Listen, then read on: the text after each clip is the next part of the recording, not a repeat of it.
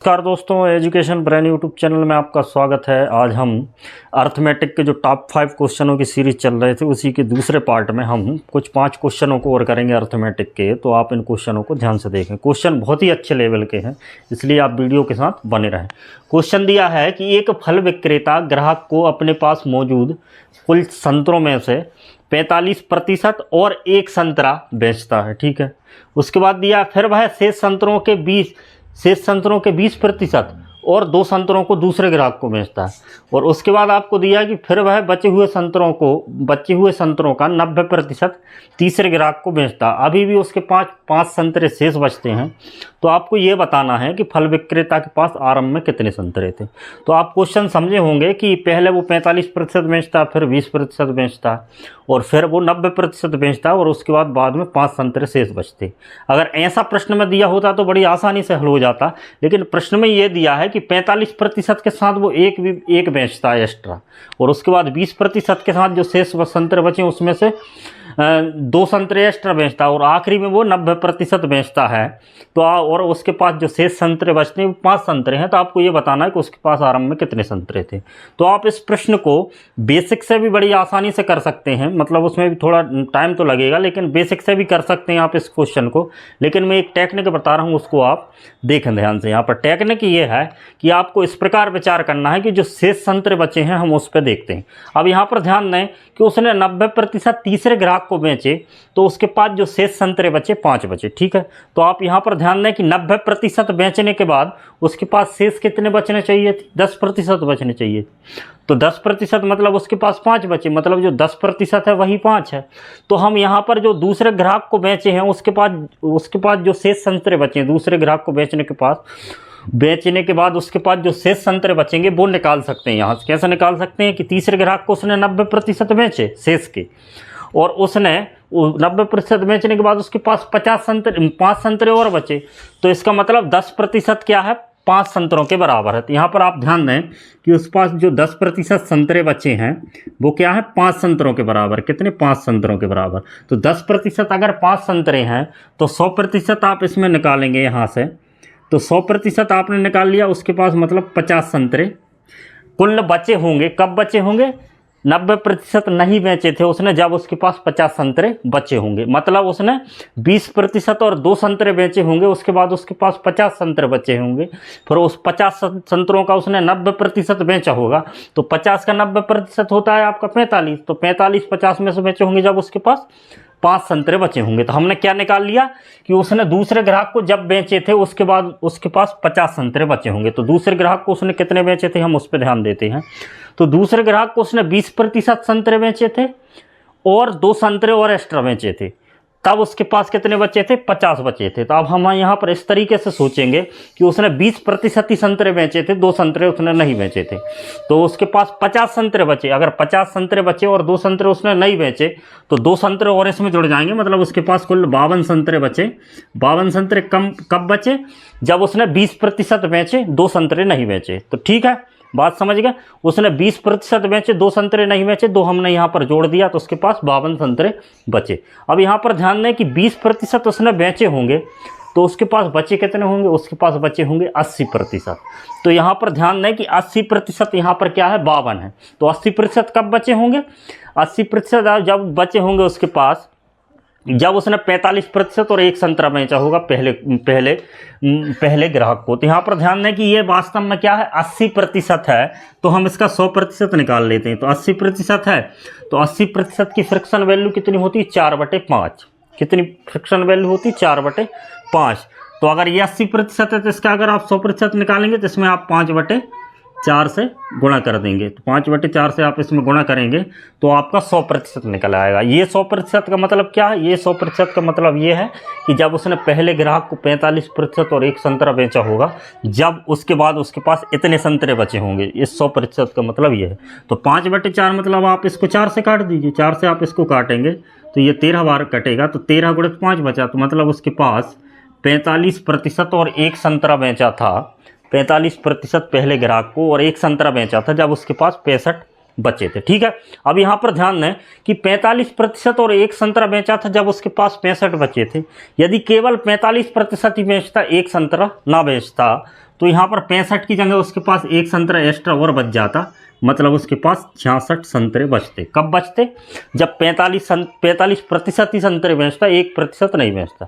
अब यहाँ पर आप ध्यान दें कि उसने 45% संतरे बेच दिए, मतलब पहले ग्राहक को उसने कुल में से 45% बेचे होंगे, तो कुल में से 45% बेचे, एक बेचा था उसको तो हमने इसमें जोड़ दिया, मतलब केवल 45% ही उसने बेचे। तो 45% बेचे होंगे तो उसके पास बचे कितने होंगे? तो यहाँ पर लिखा 66 बचे, तो 45 बेचे होंगे तो उसके पास बचे होंगे 55%। तो 55% बराबर है आपके 66 के। तो 55% की फ्रिक्शन वैल्यू कैसे निकालेंगे आप जानते हैं कि 5% की फ्रिक्शन वैल्यू क्या होती है? 5% की फ्रिक्शन वैल्यू होती है 1/20। तो 55% की क्या होगी? 11 का गुणा कर देंगे, 11 5 55, तो ये 11/20 यूनिट क्या है? 55%, या आप ऐसे निकाल लो, 66 तो बचे। तो यहाँ पर ध्यान दें कि कुल 100% होंगे तो 66 बचे, तो 45% बेच दिए, तो 55% ये है। तो 55% में अगर आप 66 में 55 का भाग दे दें तो 1% निकल आएगा।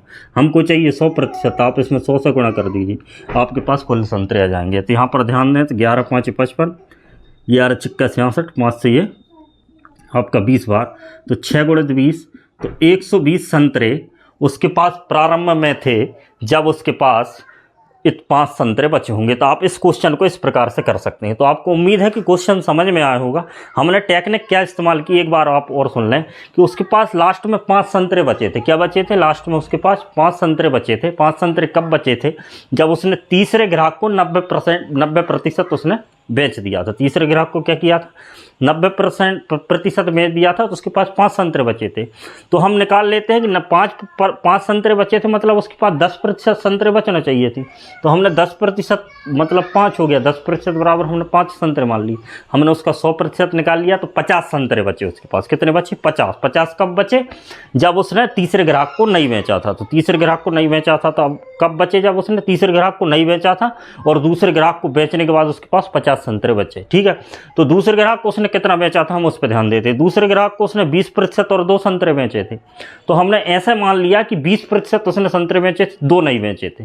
तो अगर 50 बचे 2 बेचने के बाद, अगर 2 नहीं बेचता तो उसके पास कितने बचते? 52 बचते। तो हमने यहाँ पर 52 उसके पास बचे थे। तो 52 कब बचे? जब उसने 2 संतरे नहीं बेचे। ठीक है, अब 2 संतरे नहीं बेचे मतलब उसने केवल 20% ही संतरे बेचे। तो दूसरे ग्राहक को अगर उसने 20% संतरे बेचे होंगे, कितने बेचे होंगे? 20% संतरे बेचे होंगे, तो उसके पास बचे कितने होंगे? 80%। और हमारा निकल कितना रहा है कि उसके पास बचे कितने हैं? 52 बचे। तो 80% 52 के बराबर है, तो हमने 100% निकाल लिया। 20% बेचा लेकिन 100% निकाल लिया उसने। अगर 20% नहीं बेचा होता तो 100% निकाला, तो हमारा 65 निकल गया। 65 बचा अब उसके पास। पहले ग्राहक को बेचने के बाद उसके पास 65 बचे। अब पहले ग्राहक को उसने कितने बेचे थे? तो पहले ग्राहक को उसने 45% और 1 संतरा बेचा था। और 1 संतरा अगर नहीं बेचा होता तो अगर 1 संतरा बेचा होता तो 65 बचते, अगर 1 संतरा नहीं बेचा होता तो 66 बचे। अब 66 बचने में ये फ़ायदा हो गया कि उसने 45% बेचा और उसके पास बचे कितने? 66 संतरे। 45% बेचा, 66 संतरे बचे उसके पास। तो वास्तव में बचे कितने? 55%, मतलब 55% ही क्या है? 66 है, और हमने 100% की वैल्यू निकाल ली। तो इस प्रकार 120 इसका आंसर है। तो आप इस क्वेश्चन को इस तरीके से कर सकते हैं। तो उम्मीद है कि आपको ये क्वेश्चन समझ में आया होगा। इसके बाद हम अगला क्वेश्चन देखते हैं। तो देखिए आपके सामने दूसरे नंबर का अगला क्वेश्चन है। क्वेश्चन लाभ हानि पर आधारित है। तो ये क्वेश्चन एसएससी सीजीएल मेंस 2018 में आया था। मतलब ये है कि जो प्रश्न कराए जा रहे हैं अर्थमेटिक के, वो सभी अच्छे लेवल के क्वेश्चन हैं। तो आप इस वीडियो के साथ आप बने रहें, आपकी समझ जरूर विकसित हो गई अर्थमेटिक के क्वेश्चनों में। तो यहाँ पर ध्यान दें, क्वेश्चन लाभ हानि का। क्वेश्चन में क्या दिया है कि एक सब्जी विक्रेता अपनी सब्जियों को 20% पर लाभ पर बेचता है। 20% लाभ पर बेचता है, ध्यान देना। बेचते समय वह गलत भार का प्रयोग करता है जो वास्तविक भार से 10% कम तोलता है। तो आपको ये बताना है कि उसको कुल लाभ कितना है। तो यहाँ पर आप ध्यान दें कि एक तो उसको 20% लाभ हो रहा है। क्या हो रहा है? एक तो 20% लाभ पे वो बेच रहा है, और उसके बाद जो तोल रहा है वजन, उसमें 10% कम तोल रहा है, तो उसको आपको कुल लाभ बताना है। तो यहाँ पर ध्यान दें कि जो प्रश्न में आपको जो आपको डाटा दिया है वो प्रतिशत में दिया, मतलब रियल डाटा हमको दिया नहीं है। तो हम कुछ भी रियल डाटा मान सकते हैं। तो यहाँ पर हम मान लेते हैं कि जैसे उसने ऐसा 100 रुपये में, मान लो क्या मान लिया कि 100 रुपये में उसने 100 रुपये में उसने कितनी वस्तु खरीदी? 100 रुपये में उसने वस्तु 1000 ग्राम वस्तु खरीदी, ये हमने मान लिया, ध्यान देना। 100 रुपये में उसने 1000 ग्राम वस्तु खरीदी, हम आप प्रश्न के आधार पर चल दें। अब आपसे प्रश्न क्या बोल रहा है कि वो 20% लाभ पर बेचता है। यदि उसने 100 रुपये में वस्तु खरीदी होगी और 20% अगर वो लाभ पर बेचता होगा तो वो 120 रुपये में बेचा होगा उसने, 120 रुपये में बेचा होगा उसने, ठीक है। तो ये बात आप समझ गए। 100 रुपये की वस्तु खरीदी और 20% अगर वो लाभ पर बेचना चाहता है तो उसको 120 रुपये में बेचना होगा। तो 100 रुपये की वस्तु उसने 1000 ग्राम खरीदी, मतलब 1 किलो खरीदी, और 120 रुपये में उसको 1 किलो ही बेचना चाहिए जब उसको 20% लाभ होता। लेकिन वो 1 किलो मतलब 1000 ग्राम वो नहीं बेच रहा, वो कितना बेच रहा है, 10% कम तोल रहा है। तो 1000 ग्राम का 10% कम तोल रहा है, मतलब 1000 ग्राम का वो केवल 90% ही बेच रहा है। तो 1000 ग्राम का 90% क्या हो जाएगा, 900 ग्राम, ठीक है। तो ये बात आपको समझ गई। क्या किया हमने, मान लिया कि उसने 100 रुपये में 1000 ग्राम मतलब 1 किलो सब्जी खरीदी होगी, लेकिन वो 20% लाभ पर बेच रहा है, तो 120 रुपये में उसको 1 किलो बेचना चाहिए था, लेकिन वो 1 किलो नहीं बेच रहा। वो कितना बेच रहा है, 10% कम तोल रहा। 10% कम मतलब 1 किलो का 10% कम मतलब 1 किलो का 90% बेच रहा। तो 1 किलो का जो 90% होता है वो 900 ग्राम होता है। तो 120 रुपये में वो 900 ग्राम बेच रहा है। ये पूरा आपका समीकरण है। तो अब यहाँ पर ध्यान दें कि 1000 ग्राम और 900 ग्राम, तो हम इन ग्रामों को बराबर कर लेते हैं, तो आपको ये पता चल जाएगा कि बराबर ग्राम में उनका जो वास्तविक विक्रयमूल्य और क्रयमूल्य निकल जाएगा। कैसे बराबर करेंगे, तो यहाँ पर ध्यान दें कि ये आपका कितना 1000 ग्राम है और ये 900 ग्राम है। तो आपको कुछ नहीं करना, यहाँ पर आप 9 का गुणा कर दें इस पूरे इक्वेशन में। यहाँ आपने पूरे पे 9 का गुणा कर दिया। 9 का गुणा करने से क्या हो जाएगा, ये तो हो जाएंगे आपके 900 रुपये और 900 रुपये, और ये हो जाएंगे आपके 9000 ग्राम। 9000 ग्राम मतलब 9 किलो है ना, 9000 ग्राम हो गए, ठीक। 900 रुपये में उसने 9000 ग्राम खरीदे हो, मतलब 100 रुपये में अगर 1000 ग्राम खरीदी होगी तो 900 रुपये में 9000 ग्राम खरीदी हो।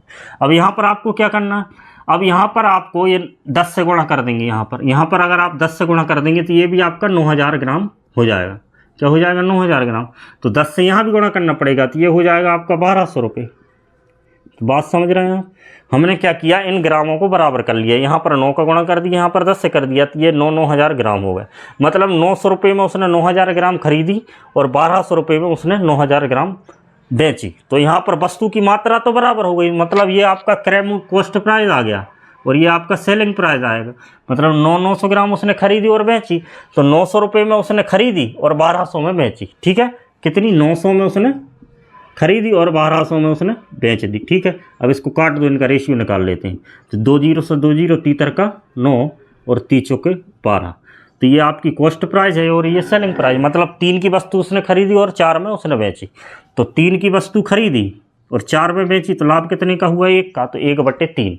तो 1/3 मतलब 100 पे कितना लाभ होगा। वैसे भी 1/3 की जो फ्रिक्शन वैल्यू है वो 33.3% की है। तो इसका आंसर आपको ऑप्शन नंबर सी 33.3%।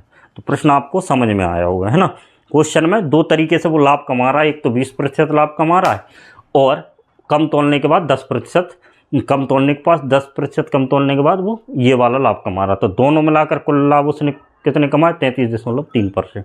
तो इसी प्रकार के क्वेश्चनों को आपको ऐसे ही करना है कि आपने मान लिया कि 100 रुपये में उसने 1000 ग्राम वस्तु खरीदी और 120 रुपये में वो 900 ग्राम कम तोल के बेच रहा, ठीक है। फिर हमने उनकी वस्तुओं की मात्रा बराबर कर ली। मात्रा बराबर करने से हमको जो कॉस्ट प्राइस मतलब वस्तुओं की मात्रा बराबर हो गई। इससे मतलब ये है कि उसने जितने में वस्तु खरीदी और उतनी ही वस्तु कितने में बेची, तो हमको कॉस्ट प्राइस और सेलिंग प्राइस का पता चल जाएगा। और कॉस्ट प्राइस और सेलिंग प्राइस पता चल गया तो लाभ प्रतिशत निकालना बड़ा आसान हो जाता है। तो देखिए प्रश्न नंबर 3 आपका SSC CGL टेयर फर्स्ट में आया हुआ है। क्वेश्चन आप ध्यान से देखिए, क्या लिखा कि एक हीरे का मूल्य उसके भार के वर्ग के अनुक्रमानुपाती है, ठीक है। यदि एक व्यक्ति गलती से यह हीरा 3 टुकड़े 3, 5 और 7 के अनुपात में तोड़ देता है, जिस कारण उसको 42,600 रुपये की हानि हुई, तो आपको ये बताना है कि हीरे का वास्तविक मूल्य क्या था। तो यहाँ पर आपको ध्यान देना है कि एक हीरे का जो मूल्य है उसके भार के वर्ग के अनुक्रमानुपाती, मतलब जो भार होगा, जैसे 1 किलो का 2 किलो का है हीरा, तो उसका वर्ग क्या होगा, 4 होगा, तो उसके अनुक्रमानुपाती है। तो यहाँ पर अनुक्रमानुपाती से मतलब ये है कि आप उस हीरे का मूल्य क्या मान लें, उस भार जो हीरा है उसके भार का वर्ग मान लें। तो यहाँ पर ध्यान दें कि हीरा गलती से 3 टुकड़े में टूटा, 3, 5 और 7 के अनुपात में टूट गया, ठीक है। इस प्रकार हीरा टूट गया। अब यहाँ पर ध्यान दें कि 3, 5, 7 के अनुपात में टूटा, तो वो वास्तव में हीरा कुल कितनी यूनिट का था? तो 3 और 5 8 और 7 15 यूनिट का कुल हीरा होगा। कितने यूनिट का होगा? 15 यूनिट का। तो हम मान लेते हैं कि 15 ग्राम का कुल हीरा है। और उसका मूल्य किस प्रकार निकालेंगे? मूल्य इस प्रकार निकालेंगे, अगर 15 ग्राम का हीरा है तो उसका कुल मूल्य 225 यूनिट होना चाहिए। कितना होना चाहिए? 225 यूनिट। 225 यूनिट से मतलब ये कि 15 का वर्ग, क्योंकि हमको दिया है कि जो हीरे का मूल्य है उसके भार के वर्ग के अनुक्रमानुपाती है। तो अगर कुल 15 ग्राम का हीरा है तो उसका मूल्य कितना होना चाहिए? 225 होना चाहिए। लेकिन ये 15 ग्राम का हीरा है वो गलती से 3 ग्राम और 5 ग्राम और 7 ग्राम में टूट गया, जिसके कारण उसका मूल्य क्या हो गया? तो यहाँ पर 3 ग्राम का मूल्य कितना होगा? इसका वर्ग 9 होना चाहिए। इसका 5 ग्राम का मूल्य कितना होगा? इसका वर्ग 25 होना चाहिए। 7 ग्राम का मूल्य कितना होगा? इसका वर्ग 49 होना चाहिए। मतलब अब हीरे का मूल्य ये हो चुका है 25, 49 और 9। तो आप इसको जोड़ दें, 25 और 49 ये हो जाएंगे 74, 74 और 9 हो जाएंगे आपके 74 और 9 कितने हो जाएंगे आपके? 74 और 9 हो जाएंगे 83। तो मतलब अब इसका मूल्य कितना होगा? 83, और पहले इसका मूल्य कितना था? 225। तो यहाँ पर तो हानि हो गई। पहले 225 मूल्य था, अब 83 हो गया। तो कितने की हानि हुई? तो यहाँ पर आप निकाल लेंगे, यूनिट में ही निकल जाएगा आपका। तो ये बचा 2 और यहाँ पर बचा 4, तो 142 यूनिट की हानि हो गई। तो आपको पता है कि 142 यूनिट उन्होंने दिया है 4,42,600। क्या दिया? 42,600, 142 यूनिट है। तो आपको वैल्यू निकालनी है 1 यूनिट की। तो यहाँ पर ध्यान दें कि 142 का ये 3 गुना होता है 426, मतलब 300। तो 1 यूनिट की वैल्यू आपकी आ गई 300। तो अब आपको ये बताना है कि हीरे का जो वास्तविक मूल्य है वो कितना है। तो आप जानते हैं कि 225 यूनिट है वास्तविक मूल्य, और 1 यूनिट की वैल्यू कितनी? 300। तो आप इसमें गुणा कर दीजिए, 0 0 5 15 के 5 हाथ का 1, 3 दूनी 6 और 1 7, और 3 दूनी 6 और 1 7, और 3 दूनी 6 आ जाएगा। तो इसका आंसर आ जाएगा 67,500 रुपये। क्या आ जाएगा? 67,500 रुपये। इसका आंसर है ऑप्शन नंबर सी। इस प्रकार आप इस क्वेश्चन को कर सकते हैं। आपको सिर्फ इतना ही समझना था कि क्वेश्चन में ये दिया है कि जो हीरे का मूल्य है उसके भार के वर्ग के अनुक्रमानुपाती। वर्ग के अनुक्रमानुपाती का मतलब ये है कि जो हीरे का मूल्य है वो वर्ग पर निर्भर कर रहा है, उसके भार के वर्ग पर निर्भर कर रहा है। तो उसी के आधार पर हमने मूल्य मान लिया, क्योंकि हीरा 3 टुकड़े में टूटा था, 3, 5, 7 का, मतलब 15 ग्राम का कुल हीरा होगा। 3 ग्राम और 5 ग्राम और 7 ग्राम में टूट गया होगा। फिर हमने इसका वर्ग निकाला तो इसका मूल्य ये आया और इसका मूल्य ये आया। तो 83 हो गया 225 से। कितने की हानि हुई? 142 यूनिट की। 142 यूनिट की रियल वैल्यू दी आपको 42,600। 1 यूनिट की वैल्यू आपने निकाली 300। आपको कुल 225 यूनिट की वैल्यू निकालनी थी, तो वो 67,500 निकल गई। तो इस प्रकार आप इस क्वेश्चन को कर सकते हैं। तो देखिए, चौथे नंबर का क्वेश्चन है आपका मिश्रण से संबंधित। क्वेश्चन को आप ध्यान से देखें कि 80 लीटर के मिश्रण में दूध और पानी का अनुपात 7:3 है। 2:1 बनाने के लिए, मतलब ये इस मिश्रण में दूध और पानी का अनुपात 2:1 बनाने के लिए कितने लीटर पानी मिलाना पड़ेगा, आपको ये बताना। तो यहाँ पर इसको हम 2 तरीके से कर सकते हैं। एक तो मैं आपको बेसिक मेथड बता रहा हूँ और दूसरी इसकी ट्रिक बताऊंगा। तो यहाँ पर क्या दिया? 80 लीटर का मिश्रण है। 80 लीटर का मिश्रण है, उसमें 7:3 के अनुपात में दूध और पानी है। तो यहाँ पर आप ध्यान दें, ये दूध है और ये पानी है, तो इनका अनुपात क्या दिया है? 7:3। ठीक है, तो इसको हम मान लेते हैं ये 7x है और ये 3x है। तो 7x लीटर दूध है और 3x लीटर क्या है? पानी है। और टोटल दिया कितना? 80 लीटर।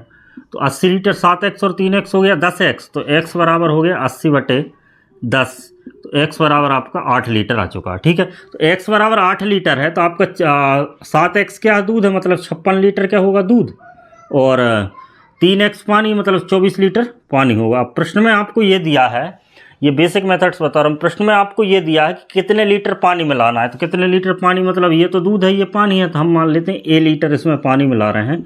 तो अनुपात क्या हो रहा है? 2:1 है। अब आप इसको हल कर लेंगे तो आपका a का मान निकल जाएगा। तो यहाँ पर हल करते हैं, इसका 3 गुणा करेंगे ये 26, और इस 2 में इसका गुणा करेंगे तो 48, और ये आपका हो जाएगा 2a। 48 इस तरफ जाएगा तो 2a बराबर आपका हो जाएगा 8। तो a बराबर आपका आंसर आ जाएगा 4 लीटर। मतलब आपको 4 लीटर पानी मिलाना पड़ेगा। तो यह रेशियो क्या हो जाएगा? 2:1 में हो जाएगा। अब इसको करना कैसे है? ये तो बेसिक मेथड है, इसको करना कैसे है वो आप समझें। यहाँ पर आप ध्यान दें कि दूध और पानी का अनुपात क्या है। तो दूध और पानी का जो अनुपात आपको दिया है, वो 7:3 दिया है। क्या दिया? 7:3 दिया है। यहाँ पर ध्यान दें कितना दिया? 7:3 दिया। और आपको बनाना कितना अनुपात है? 2:1 बनाना है। ठीक है, तो आपको इसमें क्या करना पड़ेगा? अनुपात को बैलेंस करना पड़ेगा। अब अनुपात को बैलेंस कैसे करते हैं उसको ध्यान दें। यहाँ पर ध्यान दें, प्रश्न में आपको ये दिया है कि दूध मिश्रण में केवल पानी मिलाया गया है। क्या मिलाया गया? पानी मिलाया गया। पानी मिलाया गया मतलब दूध की मात्रा तो वही की वही रहना चाहिए। जो पहले मिश्रण में थी वो अभी भी दूध की मात्रा उतनी ही रहना चाहिए। तो यहाँ पर पहले मिश्रण में दूध की मात्रा 7 यूनिट है और दूसरे मिश्रण में दूध की मात्रा 2 यूनिट है। तो इस 7 यूनिट और 2 यूनिट को आपको बराबर करना पड़ेगा। तो बराबर कैसे करें? 2 का इस पूरे अनुपात में गुणा कर देते हैं और 7 का इस पूरे अनुपात में गुणा करेंगे। तो यहाँ पर 2 का इसमें गुणा करेंगे तो 7 दूनी 14 हो जाएगी दूध की मात्रा, और इसमें 2 का गुणा किया है तो इसमें भी गुणा करना पड़ेगा, तो पानी की मात्रा 6 हो जाएगी। ठीक है, 2 का हमने दोनों अनुपातों में गुणा कर दिया, 7 दूनी 14 और 3 दूनी 6। अब इसमें करना पड़ेगा 7 का गुणा, तो 7 का गुणा करेंगे तो यहाँ पर भी 7 दूनी 14 यूनिट दूध हो जाएगा, और यहाँ भी 7 का गुणा करेंगे तो 7 यूनिट आपका क्या हो जाएगा? पानी हो जाएगा। अब हमारा नया रेशियो बन गया 14:6 और 14:1। तो हमारा जो दूध है इधर भी 14 यूनिट है, इधर भी 14 यूनिट है। इसका मतलब हमारा जो अनुपात है वो बैलेंस हो चुका है। बैलेंस होने का मतलब ये है कि वो एक ही यूनिट में आ गया। अब हम इसको चेक करते हैं। अब यहाँ पर देखें कि पानी 6 से 7 हो रहा है, तो मतलब पानी 1 यूनिट मिलाया गया। कितना मिलाया गया? 1 यूनिट मिलाया गया। ठीक है, तो हमको यही निकालना है कि पानी कितना मिलाया गया है। तो हमारा पानी कितना निकल रहा है? 1 यूनिट मिलाया गया। अब 1 यूनिट की वैल्यू कहाँ से आएगी? अब 1 यूनिट की वैल्यू यहाँ से आएगी कि हमारा जो पहले मिश्रण था वो 14:6 के अनुपात में है, और पहले मिश्रण की रियल वैल्यू कितनी दी है कि पहला मिश्रण आपका 80 लीटर है, और 80 लीटर है मतलब 14 और 6 मिलाकर जो 20 यूनिट है वो 80 लीटर होगा। तो 20 यूनिट बराबर 80 लीटर, तो 1 यूनिट की वैल्यू निकालना है तो 80 में 20 का भाग दे दें तो आपका 4 लीटर आ जाएगा। क्या आ जाएगा? 4 लीटर। मतलब 1 यूनिट की वैल्यू 4 लीटर है। और यहाँ पर आप ध्यान दें कि हमने 1 यूनिट ही पानी मिलाया था, तो 1 यूनिट की वैल्यू कितनी है? 4 लीटर। तो इस प्रकार इसका आंसर आपका आ जाएगा 4 लीटर। तो आप इस तरीके से भी कर सकते हैं और इस तरीके से भी कर सकते हैं। ये बेसिक मेथड है और ये इसका बैलेंस अनुपात का अनुप्रयोग है। तो आप तो देखिए इस सेशन के आखिरी क्वेश्चन में क्वेश्चन नंबर 5 है, जो औसत से संबंधित है। क्वेश्चन को आपको ध्यान से देखना है। क्वेश्चन को हम 2 तरीके से करेंगे, एक तो बेसिक मेथड और इसकी ट्रिक या टेक्निक, जिस टेक्निक से हमको पेपर में हल करना, लेकिन बेसिक मेथड भी आपको थोड़ी थोड़ी तो आना ही चाहिए। क्वेश्चन दिया है कि 3 व्यक्तियों का वजन क्या दिया? ABC का औसत वजन दिया है 84 किलोग्राम। तो तीनों व्यक्तियों का वजन कितना है? 84 किलोग्राम। तो यहाँ पर ध्यान दें A + B + C, तीनों का औसत वजन कितना? 84 किलोग्राम। अगर 84 किलोग्राम तीनों का औसत वजन है, तो अगर आप तीनों का कुल वजन निकालना चाहें तो इसमें आप 3 का गुणा कर दीजिए। तो आप इसमें 3 का गुणा करेंगे तो 3 को 12, हाथ का 1, 3 8 24 और 1 25, मतलब तीनों का कुल मिलाकर वजन 252 किलोग्राम है। ठीक है, इसके बाद प्रश्न में आपको दिया है कि डी के आ जाने से, डी और एक नया व्यक्ति है, आ जाने से अब औसत वजन कितना हो जाता? 80 हो जाता। तो डी के आ जाने से होता क्या है कि पहले व्यक्ति 3 थे, अब तो कितने व्यक्ति हो गए? 4। अब औसत वजन कितना हो गया? अब औसत वजन हो गया आपका 80। तो अगर इन 4 व्यक्तियों का आप औसत वजन निकालें तो कुल 80 है, और 4 व्यक्तियों का औसत वजन कितना हो जाएगा? 320 हो गया। ठीक है, 4 व्यक्तियों का औसत वजन 80 है और कुल वजन कितना हो गया? 320। 4 व्यक्ति, कौन कौन व्यक्ति हो गए? 4, A + B + C और +D, इनका टोटल वजन कितना हो गया? 320। लेकिन आप जानते हैं कि जो प्रारंभ में जो 3 व्यक्ति ABC थे उनका कुल वजन कितना था? 252। कितना था कुल वजन? 252। लेकिन उसके साथ D और एक्स्ट्रा जुड़ गया, तो अब वजन कितना हो गया? 320। तो ये 252 अगर 320 में से हटा दें तो आपको D का वजन निकल जाएगा। तो D का वजन कितना हो जाएगा? आप यहाँ से निकालेंगे तो ये बचेगा 8, 11 में से 5 गया 6, मतलब D का वजन कितना हो गया? 68 किलोग्राम। D का वजन कितना हो गया? 68 किलोग्राम। आप समझ रहे हैं हमने क्या किया? ABC का कुल वजन निकाला, आपको औसत दिया था तो 252 आया। तो 252 में एक अन्य व्यक्ति और जुड़ गया, मतलब अब 4 व्यक्ति हो गए, और 4 व्यक्ति होने से उनका औसत वजन 80 हो गया था। अब उनका कुल वजन कितना होगा? 80 × 4 320। तो उनमें से 3 व्यक्ति जिनका वजन 252 था, अगर 320 में से 252 घटा दें 3 व्यक्तियों का, तो जो चौथा व्यक्ति जुड़ा था उसका वजन निकल आएगा। तो आपका जो चौथा व्यक्ति जुड़ा था वो D था, तो उसका वजन कितना है? 68। ठीक है। अब प्रश्न को आप यहाँ पर ध्यान दें। अब हमारे पास 4 व्यक्ति हैं A B C D और उनका औसत वजन कितना है 80 है और उनमें से D का वजन कितना है 68 है, ये हमको पता चल गया। अब एक अन्य व्यक्ति आया जो A के स्थान पर आ गया, किसके स्थान पर आ गया, A के स्थान पर आ गया और उसका वजन आपको प्रश्न में ही दिया है कि उसका वजन जो E है उससे कितना ज़्यादा है, 3 किलोग्राम ज़्यादा है, तो उसका वजन कितना है 71 किलोग्राम। तो उसके आ जाने से क्या हो जाता है कि अब B C D 4 व्यक्ति तो होगा, A तो हट गया, B C D E आ गया A की जगह। अब वजन कितना हो गया 79। तो अब वजन 79 हो गया। तो अब आपको ये बताना है कि A का वजन कितना है, ठीक है, कितना है A का वजन ये आपको बताना है। तो ये आप यहाँ पर ध्यान दें कि A B C D E इनका वजन टोटल कितना 320, इनका वजन कितना टोटल 320। लेकिन अब इनका वजन कितना हो गया, यदि A को हटा दिया जाए और उसकी जगह क्या आ जाए E आ जाए, तो E B C और D ये 4 व्यक्ति हो गए। अब इनका वजन हो गया 79 × 4, क्योंकि औसत अब इनका 79 हो गया। अब 79 में इसका गुणा करेंगे तो 4 नाम 36, हाथ के आए 3, कितने आए, हाथ के आए 3 और 4 7 28 और 3 31, मतलब 316 हो गया। पहले वजन कितना था चारों का 320 और अब कितना हो गया 316, मतलब वजन 4 किलो कम हो गया। कितना हो गया 4 किलो कम हो गया। 4 किलो कम क्यों हुआ, क्योंकि जो A है उसके स्थान पर E आ गया, उसके स्थान पर क्या आ गया E आ गया।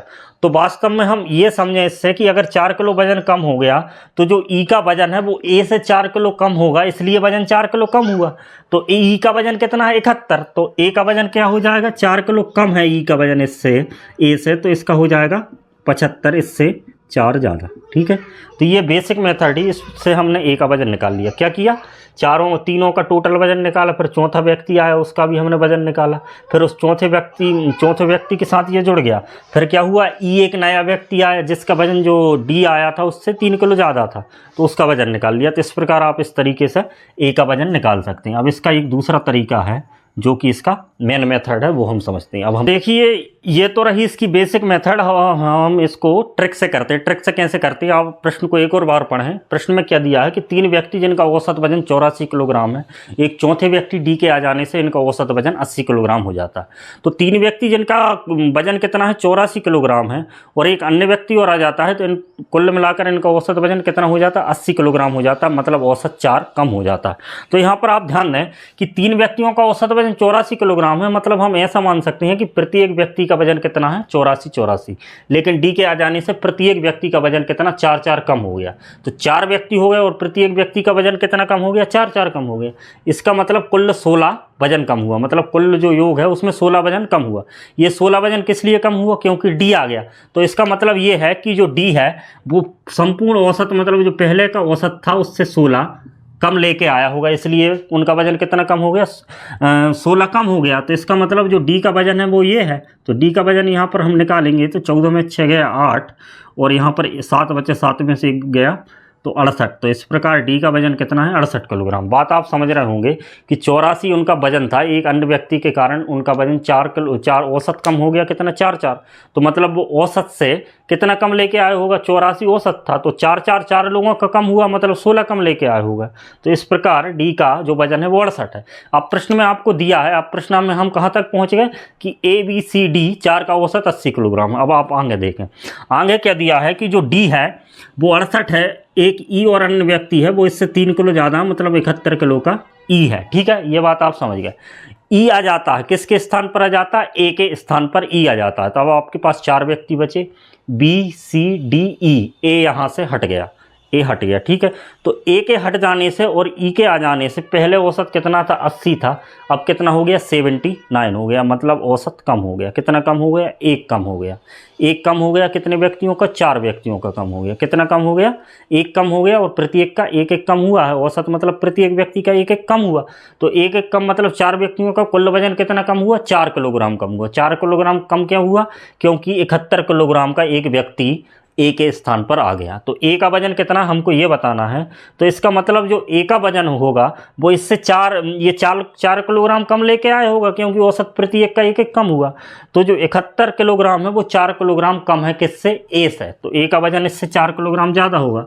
तो A का वजन क्या है 75। तो इस प्रकार आप ए का वजन निकाल सकते हैं। इस बेसिक मेथड से भी ए का वजन 75 और इससे भी ए का वजन 75। तो आपको एग्ज़ाम में इस मेथड को आपको इस्तेमाल करना होगा। तो ये हमारा 5वां क्वेश्चन, मतलब जो अर्थमेटिक के टॉप 5 क्वेश्चनों की जो सीरीज़ चल रही थी उसका ये आखिरी इस वीडियो का आखिरी क्वेश्चन है। तो आपको ये वीडियो अच्छा लगा हो तो आप इस वीडियो को लाइक करें तथा इस चैनल को सब्सक्राइब करें। धन्यवाद।